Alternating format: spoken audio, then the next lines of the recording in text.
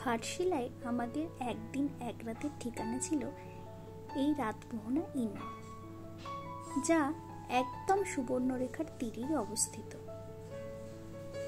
এখন চলুন আপনাদের গোটা রিসর্টটা ঘুরে দেখাই। এন্ট্রান্স থেকে ঢুকেই সামনেই আছে কার পার্কিং। আদিকের এই হলুদ ছোট্ট বিল্ডিংটা এখানে ডাইনিং হিসেবে আছে।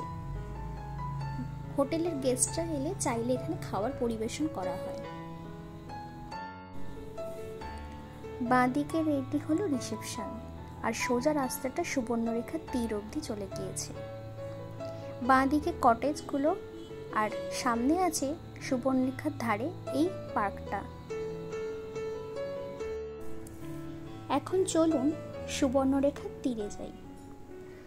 রাস্তার ডান দিকে ছোট্ট ছোট্ট বেলফুলের গাছগুলো থেকে অজস্র বেলফুলের সুবাস চারিদিকে একদম মোমো করছে।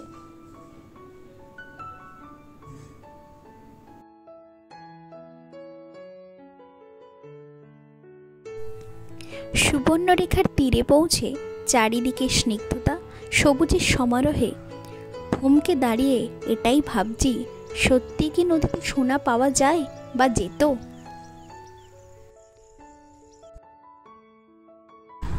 পার্কের একপাশে এই ছোট্ট ছোট্ট যে কুটিরগুলো দেখছেন, এখানে এনারা খাবার পরিবেশন করে। কুটিরগুলো বাঁশ ও খড়ের চালে নির্মিত। নদীর মিষ্টি হাওয়ায় গরম পরিবেশিত খাবার খেলে মন প্রাণ একদম খুশি হয়ে যাবে। আর খাওয়া শেষে এই দোলনায় একটু জিরিয়ে নেওয়া। কুটিরগুলো খুব যত্ন করে বানানো। টেবিল, চেয়ার আর ফ্লাই কাচার আছে, আর দেওয়ালে একটা ছোট্ট ফ্যান লাগানো আছে। যদিও এই পরিবেশে ফ্যানের দরকার পড়ে না।